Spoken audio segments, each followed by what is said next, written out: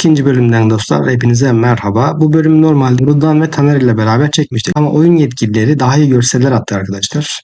Ben de size daha kaliteli görsellerle sunum yapabilmek için yeniden bu videoyu çekiyorum. Bu kısmını yeniden çekiyorum. Öncelikle görmüş olduğunuz arkadaşlar Şahin Güney bölgesi yani hanedanlık bölgesi Türklerin olduğu bölgenin sancak bayrağıydı. Dedik yani madem bu hanedanlık bölgesi Türkleri temsil ediyor neden Şahin? Bunu kurt, geyik, ayı hani bunlardan biriyle değiştirin dedik. Ertesi gün arkadaşlar bakın. Ertesi gün kartalla değiştirdiler.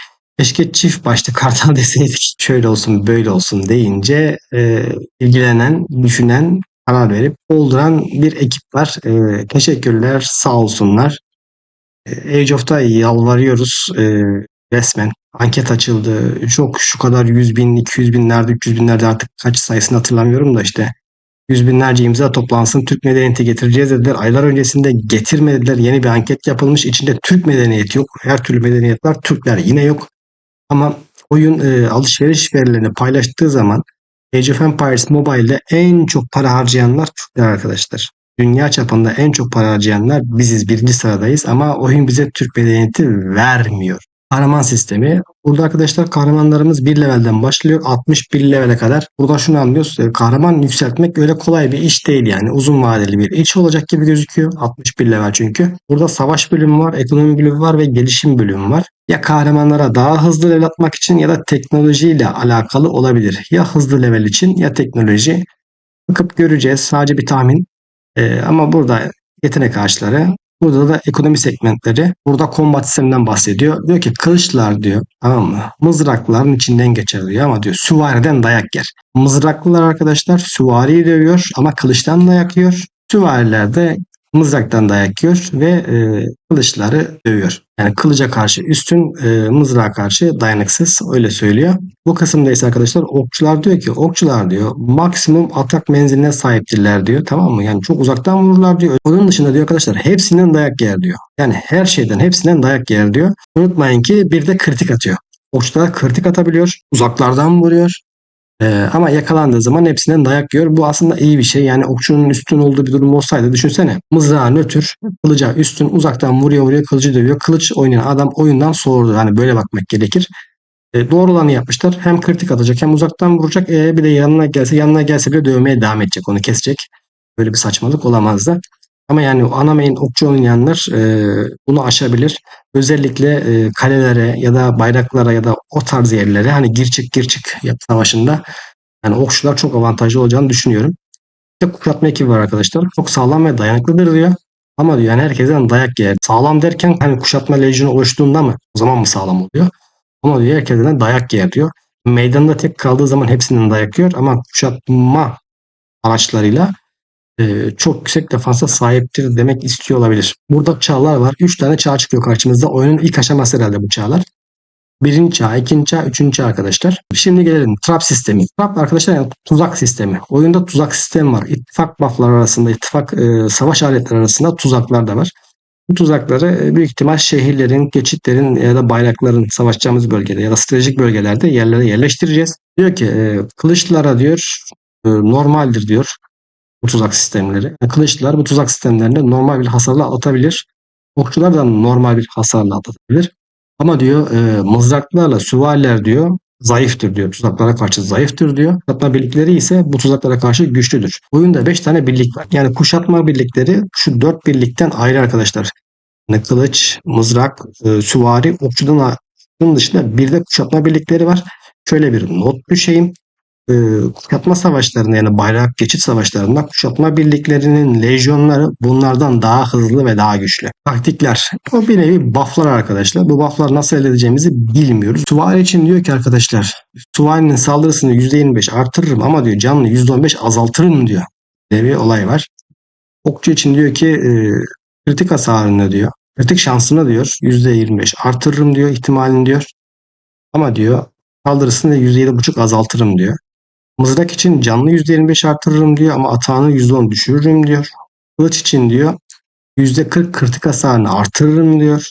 Ama diyor %7,5 hasarını azaltırım diyor. Kuşatma için diyor canlı diyor %30 azaltırım ama diyor hata saldırısında diyor %15 azaltırım diyor. Standart normal atak için ise arkadaşlar artı eksi vermiş ama artı ya da eksi bonuslar demiş ama fazla bir açıklaması yok. Burası da bu şekilde. Burada gördüğümüz arkadaşlar madenler. Bu zümrüt maden arkadaşlar önemli. İttifakımızın binalarını falan geliştirmek için geliştirme yapacağız. Bunu bağışlayacağız. Bu basic kamp arkadaşlar. Bu tekli oyuncuların bireysel bir şekilde kesecekleri kamplar bütün bölgelerde seviye seviye bulunuyorlar. Bu da arkadaşlar ittifakla kesilen kamplar rally ile. Birinci bölge, ikinci bölge, üçüncü bölgede. Beyler ve hanımlar gelelim haritaya. Harita bayağı büyük gözüküyor. Burası birinci bölge. Birinci bölgede 16 tane geçit var ikinci bölge için toplam. İkinci bölgeye geçiyorsunuz arkadaşlar. İkinci bölgede ise 12 tane geçit var. Üçüncü bölge için. Üçüncü bölgeden de dördüncü bölgeye yani alt bölgesine geçmek için de 8 tane kapı var. Burası doğu bölgesi, burası batı bölgesi, burası kuzey bölgesi, burası da güney bölgesi. Güçlendireceğimiz kısımlar, bölümler var. İttifakımızla beraber bölgelerde alacağımız anıtlar ile birimlerimizi ve diğer artık oyunun bize sunacağı buff'ları elde edeceğiz. İttifak sistemi arkadaşlar. İttifak sisteminde lider var, savaş generali var, diplomat var. Bunlar hep ayrı ayrı bak. Diplomatın bile ünvanı ayrı. Lord, Noble, Master, Serf var. İttifak efekti. Bu bölümde ise arkadaşlar ittifakımızdaki teknoloji ve inşaatları güçlendirdikçe oyuncular diyor skill point kazanır diyor. Bakalım. Yani beta'da göreceğiz. Bol bol canlı yayın yapacağım. Burada bağış sistemi var arkadaşlar. Burada da bağış yapıyoruz. Burada arkadaşlar ittifakın etkinlikleri var. Alliance Mines demiş. Yani ittifakın madenleri, toplama kampları, işte oduncu kampı vuruyorsun, odun topluyorsun, işte et kampı vuruyorsun, et topluyorsun, o tarz. Bu ikisi de arkadaşlar büyük ihtimal etkinlik, ittifak içi savaş etkinliği, bir nevi Truva gibi ya da çapulcu etkinliği falan gibi. Burada da diplomasi arkadaşlar, o tarz şeyler. İttifak teknolojisi burası ekonomi kısmı. Marsip ekonomi kısmında Marsip yani ordu hızı var. Tamam toplam hızı falan hepsi var da işte kaynak hızı falan. Tüm birimlerin saldırısı, tüm birimlerin canı, PV canı, takım rally kapasitesi savaş için. Bu da Alliance için demiş. İttifak için arkadaşlar inşaat ve teknolojiden bahsediyor. Ondan sonra yapılardan bahsediyor. Ondan sonra bölgelerden ve bölgelerdeki anıtlardan falan şeylerden bahsediyor. İşte oraları elde edersiniz. Oralardan hediye alırsınız. Ne bileyim güçlendirme alırsınız. Tavsiyelerden bahsediyor. Üye sayısı büyük ihtimal, tuzaklar ve başka ıvır zıvırlar. Hastaneye de iyileştirme hızı, eğitim hızı, monument efekt demiş. Yani anıtlardan aldığımız efektler, güçlendirmeler, kamplardan aldığımız XP'ler ve ekstra demiş yürüme hızı. Hem buradan yürüme hızı var, buradan da ekstra yürüme hızı var. İttifak mağazası, ekonomi bölümünde arkadaşlar bunları alıyoruz, kaynaklar alıyoruz. Savaş bölümünde ise saldırı ve can güçlendirmesi alıyoruz. PV saldırı ve can güçlendirmesi alıyoruz. Birim güçlendirmesi alıyoruz. Zümrüt alıyormuşuz. Kalkan alıyoruz. Anti gözlem yani gözcüye karşı ve XP boost. Büyük ihtimal kahramanların hızlandırması biraz daha şey olacak, zor olacak gibi duruyor. Yani T1, T2, T3 için buff alıyoruz, can buff alıyoruz. Kahraman sandığı alıyoruz arkadaşlar. Bir de demiş ki ne diyor burada? Zayıflatma etkilerine karşı güçlendirme, inşaat, teknoloji, genel hızlar, eğitim hızları, VIP point, bunu ittifak mağazasına alıyoruz arkadaşlar. Koruyucu ruh, bu ne acaba? Değişik bir şey. Toplama hızı, kapasite hızı, yani topladığınızda yük artımı hızı, öyle söyleyelim. Proje talisman tılsım demiş, kutsal kase demiş. Şu kısımları merak ediyorum. Hızlardan bahsetmiş. Allianz Store'da VIP puanı alıyoruz. İttifak mağazasından VIP puanı alıyoruz arkadaşlar. Çok iyi. Barış Kalkanı, İnci, VIP point istemiş. Yine bir tane daha VIP point istemiş. İlginç. İki tane birden olacak herhalde. Kaynak kutuları, teleport kağıdı ve kahraman sandığı. Kahraman sandığını ayrı ayrı iki defa alabiliyoruz. Güzel.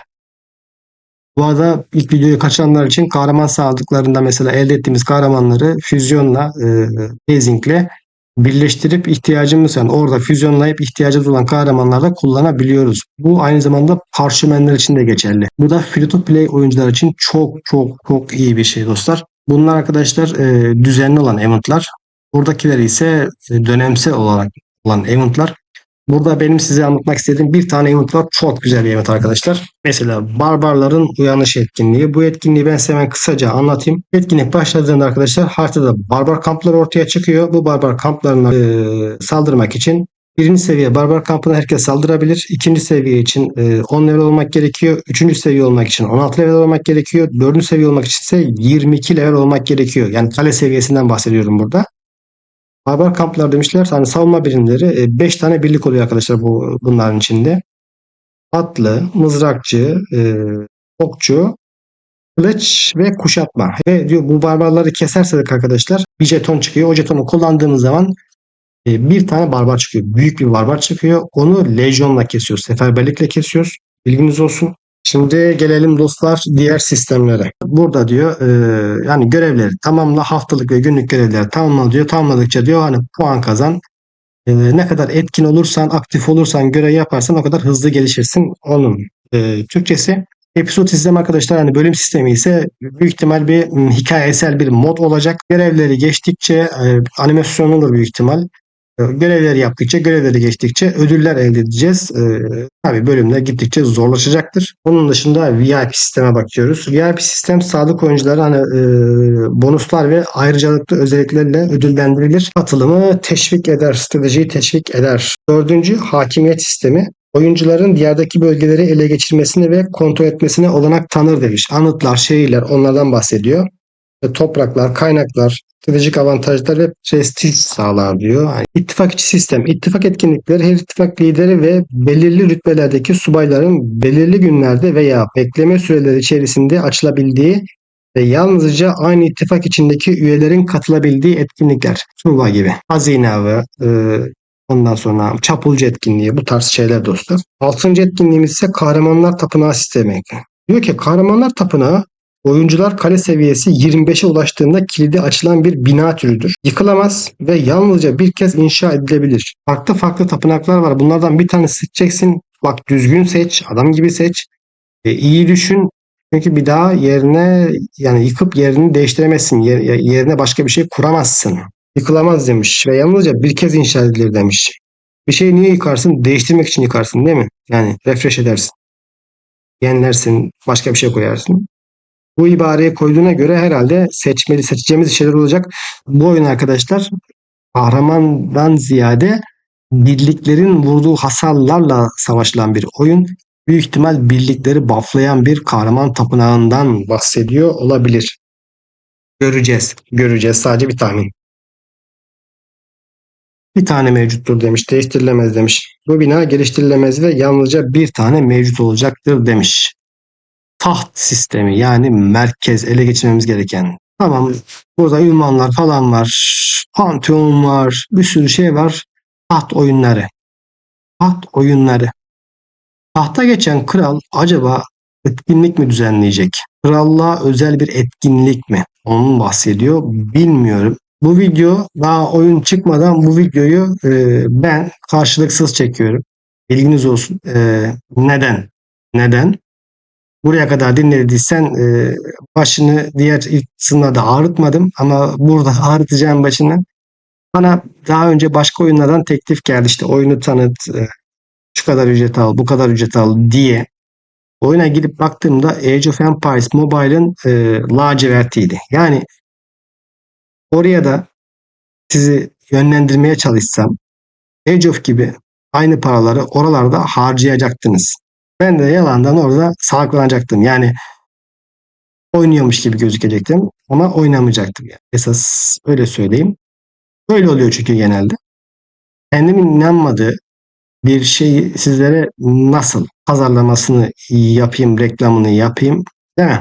İçime sinmedi. Yani zaten insanlar para harcamış. Madem harcadılar oldukları yerde kalsınlar en azından. Hani harcama yapmasalar bile oldukları yerde kalsınlar. Bir de gidip de burada zamanlarını, paralarını boşa harcamasınlar, çöp etmesinler diye teklifi reddettim. Para da kazanabilirdim kabul edip. Böyle bir oyun varmış, hadi gelin buraya da başlayalım deyip hani 100 kişi gelse, 200 kişi gelse, 300 kişi gelse bunlardan 50-60 tanesi para harcasa herkes yolunda, herkes ekmeğinde. Peki bunu niye yaptım ve karşılıksız yaptım? Yönetim benimle konuştu. Onların açıklamalarından anladığım ve bu dokümanlardan anladığım şu arkadaşlar: bu oyun free to play oyuncuyu koruyacak.